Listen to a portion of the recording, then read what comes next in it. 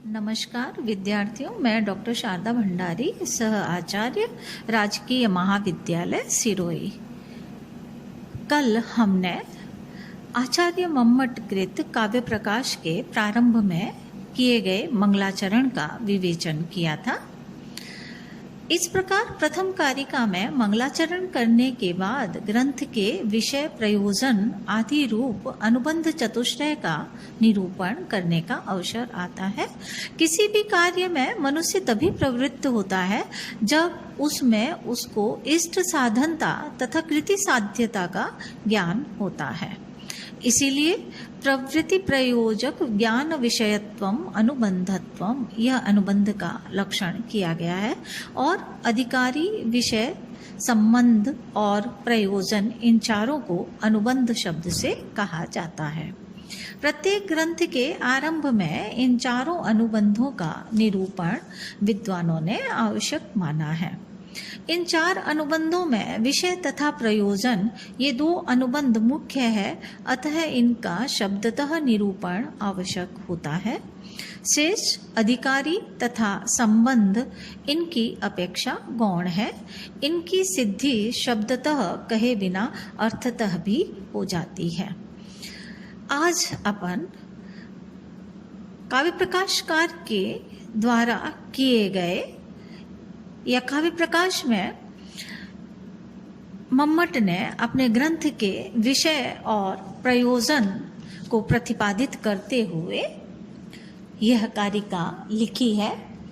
काव्यम यशसे अर्थकृते व्यवहार विदे शिवेतर क्षतये सद्यः परनिर्वृत्तये कांता संमित्तयोपदेश युजे।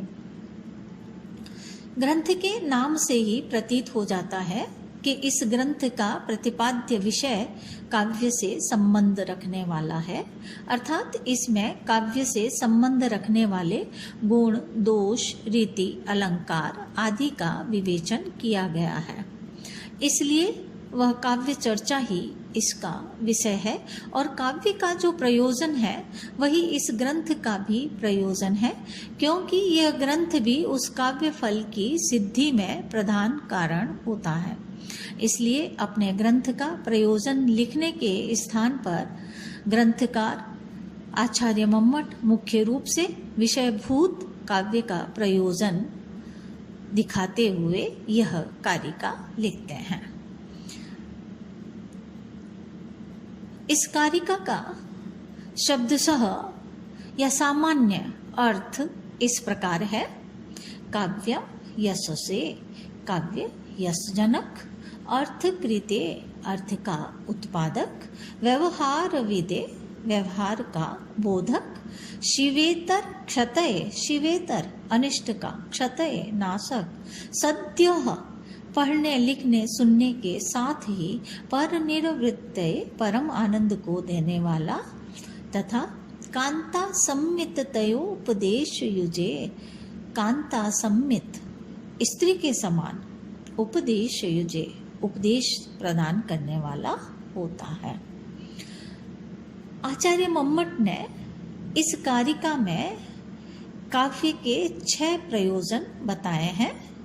पहला यश से, दूसरा अर्थकृते, तीसरा व्यवहार विदे, चौथा शिवेतर क्षतये, पांचवा सद्यः परनिर्वृत्तये, छठा कांता संमित्तयो उपदेश युजे।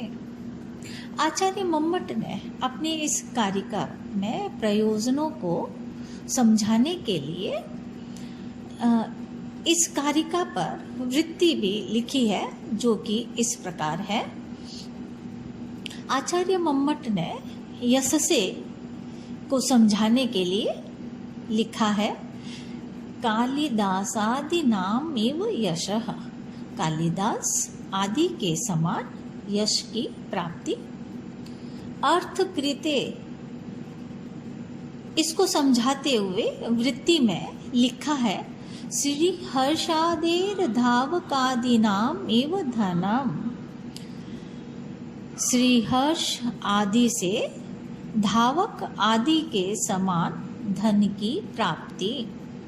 व्यवहार विदे, कारिका के इस भाग को समझाते हुए उन्होंने वृत्ति में लिखा है, राजादिगतोचिताचार परिज्ञानम, राजा आदि के साथ किए जाने योग्य व्यवहार का, आचार का अर्थात व्यवहार का परिज्ञान कराता है।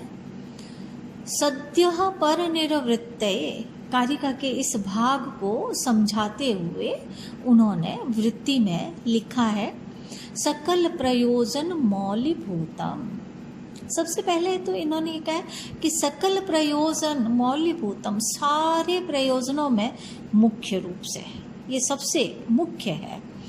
और दूसरा, समनंतरमेव, पढ़ने सुनने लिखने के साथ ही रसास्वादन समुद्भूतम, रसास्वादन से समुत्पन्न, तथा विगलित वेद्यांतरम, अन्य सारे विषयों के परिज्ञान से शून्य, परमानंदम, परम आनंद, परम अनुभूति,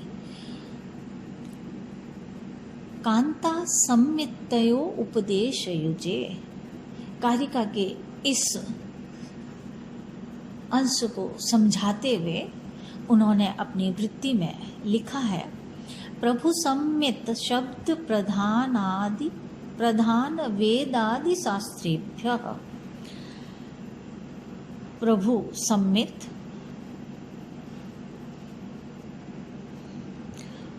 राजा के समान, शब्द प्रधान वेद आदि शास्त्रों से, सुहृत संमितार्थ तात्पर्यवत पुराण इतिहासेभ्यश्च, मित्र के समान अर्थ प्रधान पुराण और इतिहास आदि से, शब्दार्थयोर गुण भावेन, शब्द और अर्थ दोनों के गुणी भाव के कारण, रसांगभूत, रस के साधक, व्यापार प्रवणतया, व्यंजना व्यापार की प्रधानता के द्वारा, विलक्षणम, विलक्षण, यत जो, लोकोत्तर वर्णना निपुणम, लोकोत्तर वर्णन शैली में निपुण, कवि कर्म रूप काव्यम, काव्य है, तत् वह, कांता एव, कांता के समान, स्त्री के समान,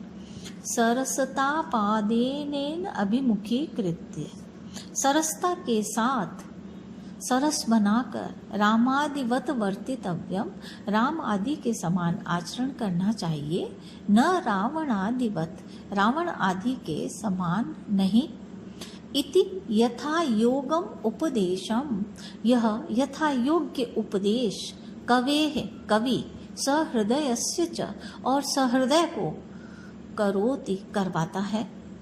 अतः तत्र, उस काव्य की रचना में, उस काव्य के अध्ययन में, सर्वथा यतनीयम, सब प्रकार से प्रयत्न किया जाना चाहिए। अर्थात हमें उस काव्य में पढ़ने में और उस काव्य के अध्ययन में, लिखने में हमें प्रयत्न अवश्य करना चाहिए। ये आज विद्यार्थियों अपना आचार्य मम्मट द्वारा बताए गए इन 6 प्रयोजनों का एक सामान्य विवेचन किया है। अगले उस व्याख्यान में इनका एक विस्तृत विवेचन करेंगे। धन्यवाद। नमस्कार विद्यार्थियों, मैं डॉक्टर शारदा भंडारी।